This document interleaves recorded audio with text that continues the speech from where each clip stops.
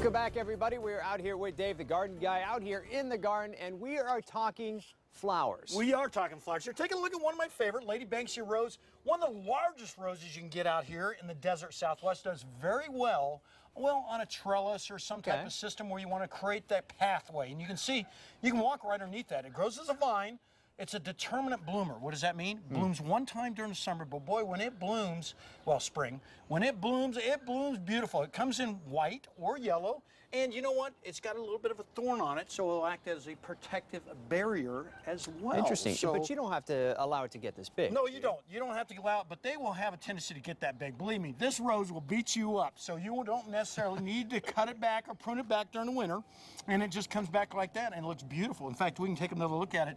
It does a fantastic job of actually creating those entryways into those little, you know, maybe those little garden areas that you want throughout your home, and you got to have a fairly heavy-duty trellis on it to really make it work. So otherwise, it's going to crush it. But come on up here. We'll talk about some more different types of flowers. Now, is this the time to plant spring flowers, or should we be planting ahead for summer? We're planting right in the spring-summer transitional area here. Okay. This is a real important idea. So when you're thinking about those marigolds and maybe pushing off some of those, well, non-beneficial type insects, marigolds work pretty good. They have a pyrethrum in them, and they do a fairly good job of, well, what we call companion planting with a lot of different types of tomatoes and your lettuces and other things. But we plant those from seed more than we do from transplants. They do much better from seed. And you were asking about ants. You're trying to get rid of ants around your home? I noticed, well, not even around the home, but I've noticed ants are popping up in the gardens. Yeah, and this is something that we talk about a lot of times, but we'll just hit it again. This is food-grade diatomaceous earth, and it is perfectly safe for the environment. You can actually eat it. It doesn't hurt you.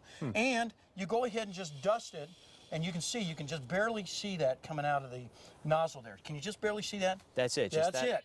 That's all you need, and as long as you've got that, you're in good shape of getting rid of those ants, because what it does is it cuts that waxy exoskeleton, causes them to dehydrate, especially this time of year as the temperatures are coming up, and you're on your way towards getting rid of any type of crawling insect, including ants.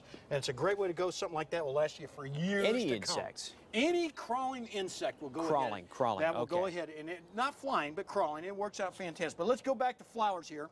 Some of your different types of salvia, maybe if you want to fold some type of foil behind it, coleus will work out real well. We've got roses coming in right now, hollyhocks coming in right now, and here's one that's kind of a, well, bulb that has a tendency to come up, and this is called a freesia, and this is a bulb that works out real well, comes in late spring, early summer.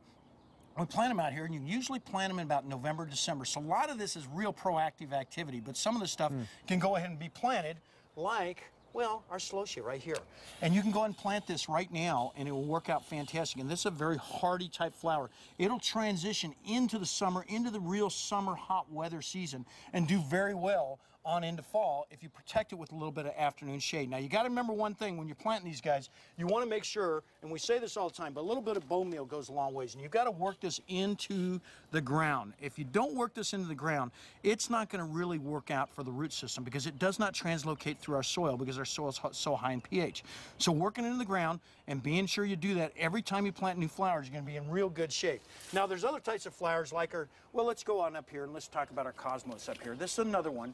I plant this sensation mix from seed, and there's transplants too, but it does much better, similar to what the marigolds look like, and it does real well from seed, not so much from transplants. There's some other types of flowers out there like the Alsospermum that work out fantastic. That's a purple right over there. You're looking at it right there, and it works out fantastic to go ahead and start thinking about planting these things right now, this time of year, getting ready for that little bit of warming weather that Brittany's been predicting for the last couple weeks. Huh? Yeah, 89 degrees. Yeah, I know. It's amazing. We're going to be 90s and 100s before you know it. It's going to be crazy. Yeah. All right. Well, you know what? Dave covered a whole lot of flowers in there. But if you have questions for him about gardening, we're going to take your calls here coming up in a few minutes.